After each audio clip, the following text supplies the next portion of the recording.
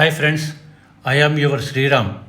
Today we are going to take midday bath in Manikarnika Ghat. Bathing means snanam in Sanskrit.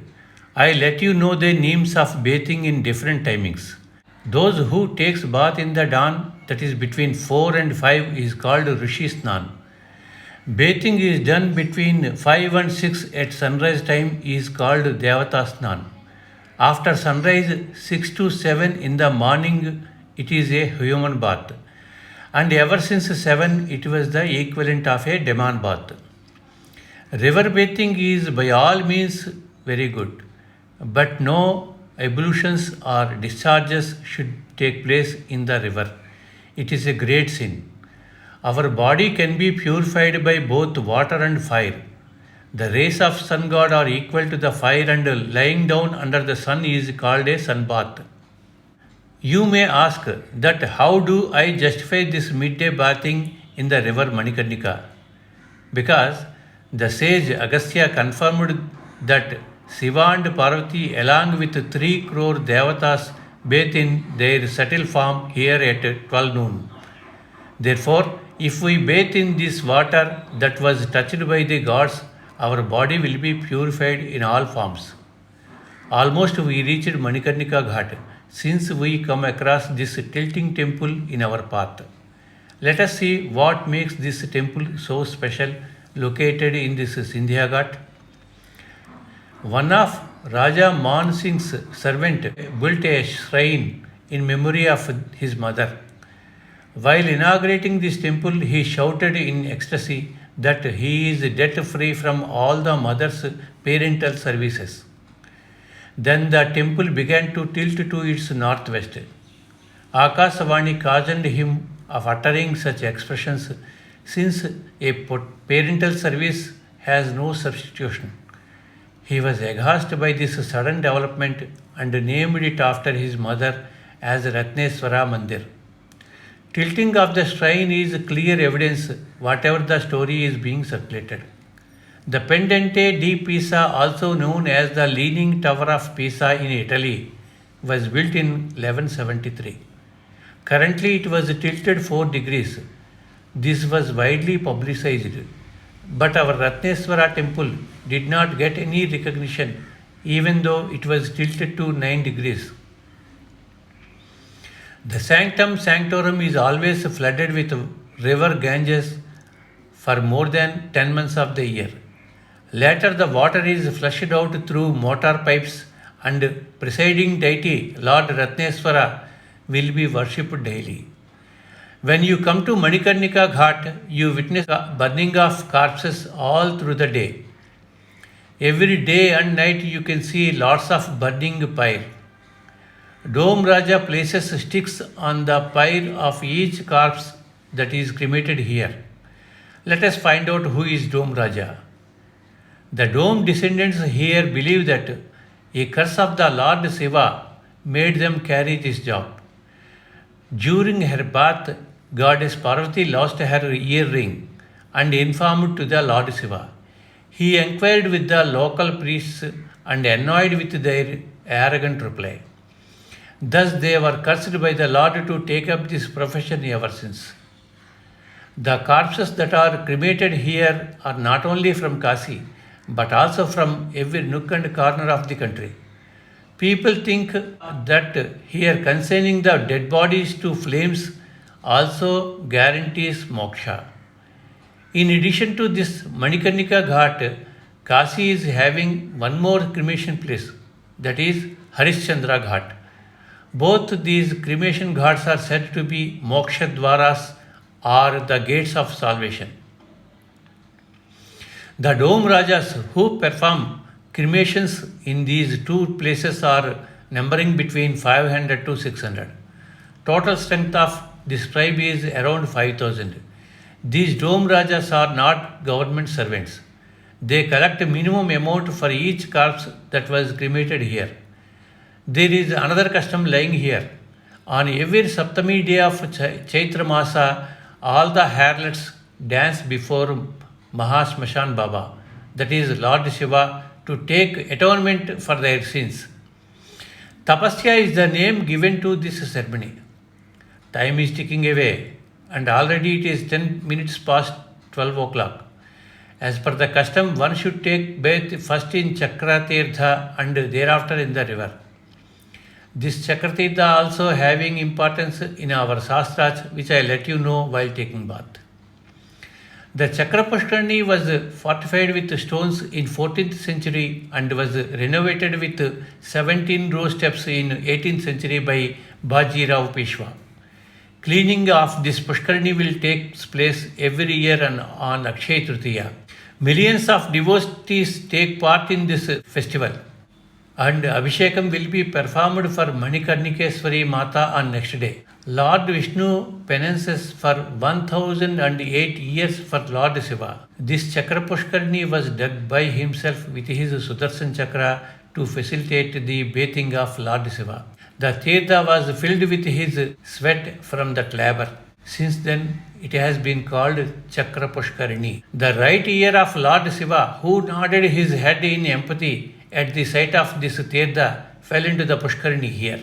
Hence it is called Manikarnika.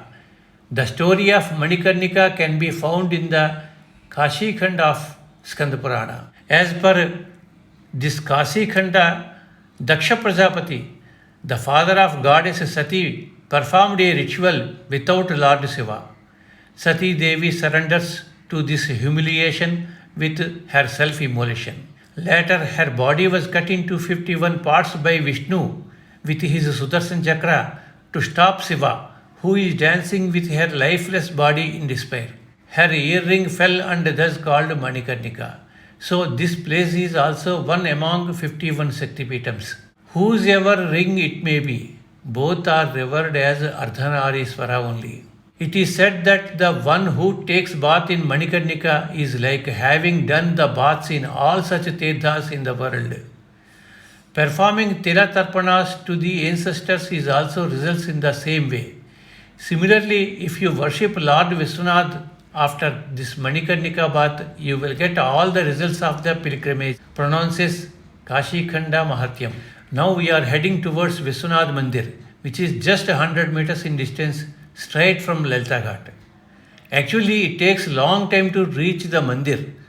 Our Prime Minister Sri Modi has made it easy with his dream project, that is Viswanadha Corridor. He must be appreciated for his devotion towards providing quite a good number of public amenities. He is also called as Abhinava Chakravarti by Hindus for taking utmost care in protecting and uplifting the Sanatana Dharma. His dream project, that is Kashi Vishwanath Corridor project, is opened a new era in the annals of history. He made a remarkable achievement in the progress of Kashi after Maratha Queen Ahalya Rani. Prior to this project, devotees are subjected to walk at least 3 kilometers through small bylanes to reach the Viswanath Mandir after bath. Literally, it is a cakewalk now. Mandir area is increased from 3000 square feet to 5 lakh square feet. Yes, you listened correctly. I repeat it. It's 5 lakh square feet now. Construction or consecration of temples are said to be easy in ancient times because of the nature of the society prevailing in those times. But it's a Herculean task now. We have to control all our emotions at every stage from these so-called pseudo-secularists and a greedy society. It's like between a devil and deep sea to take up any spiritual journey. There are several hundred residents and shopkeepers residing around Viswanath Mandir. Will they give up voluntarily? Not as easy as it sounds. About 1400 areas, which include residential and shopping sites, were acquired by the government from them for the development of Viswanath Mandir. It is observed during renovation work, all these residential and commercial buildings are housing so many temples. But unfortunately, more than 40 sacred temples were ruined during the renovation exercise. Devotees who frequent to Kashi every year can feel the progress of these findings.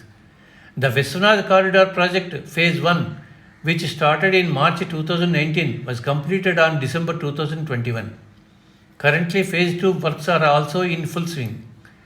Original place of Jyotirlinga is in masjid and fortified with iron grills. Just peeping into it is also a risky affair since police security is high on both sides. Aurangajeb, the rogue warrior, has destroyed Kasi to a great extent. When he invaded the Kasi with his army, the Mandir priest sensed the trouble and jumped into Gyanvapi well along with Jyotirlinga. Thus, he sacrificed his life in protecting the sanctity of sacred Jyotirlinga. We are offering and performing all rituals to a Pratishtha Lingam. Jyotirlinga is immersed and hidden in Gyanvapi well. The history of the temple dates back to the 5th century. This Viswanadha Kshetram is one among the 12 Jyotirlingas. First, it was destroyed by Qutbuddin Aibak in 1194. It was rebuilt by a Gujarati merchant in 1230. Again, it was demolished by Sikandar Lodi in 1485. Raja Man Singh rebuilt it. The temple was further renovated in 1585 by Raja Todarmallu. Aurangajeb, the 6th Mughal emperor, destroyed so many temples in 1669 here in Kasi. He constructed a masjid on temple remains and it can be seen in the foundation, the columns and at the rear part of the masjid. In 1742, during Britishers' time, Maratha king Malhar Rao Holkar tried to rebuild the temple by destroying the masjid. But Kasi area is controlled by Nawab of Awadh who intervened and stopped it. But Maratha queen Rani Ahalyabai Holkar has constructed the present temple adjacent to the masjid in 1780.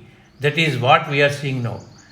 And a Sikh king Ranjit Singh has donated 1000 kg of gold for plating the temple dome. In February 2022, an anonymous devotee has gold plated the sanctum sanctorum of the VISWANADHA Mandir. Kasyanto Maranan Muktihi, which means that one who dies in Kasi will get mukti. Lord Shiva himself preaches Tarak Mantram at the time of death in Kasi. Kasi Kanda of Skanda Purana notifies this. Kasi Kasiti Kasiti Japato Yasya Samsitihi Anyatrapi Satasyasya Puro Muktihi Prakasate. That is, whoever chants piously Kasi in thrice, he will be liberated and attains moksha despite the fact that he being far away from Kasi. Thousands of people from all over India settle down in Kasi waiting for their death and attain mukti. Some devotees stay in Kasi for a brief period which varies from 3 days to 9 months as Kasi Vasam. Famous Telugu poet Srinath Kavi, who translated Kashi Khand in Telugu, says that Kashi is forever a Krutayuga, having a permanent auspicious Uttarayana Kala. In Kruta, Treta and Dwapara Yugas, meditation was the only means of accomplishment, while in this Kali Yuga, just remembrance of Ganges itself is an attainment. Visvesam Madhavam Dundim Dandapanincha Bhairavam Vande Kasim Guham Gangam Bhavanim Manikarnikam.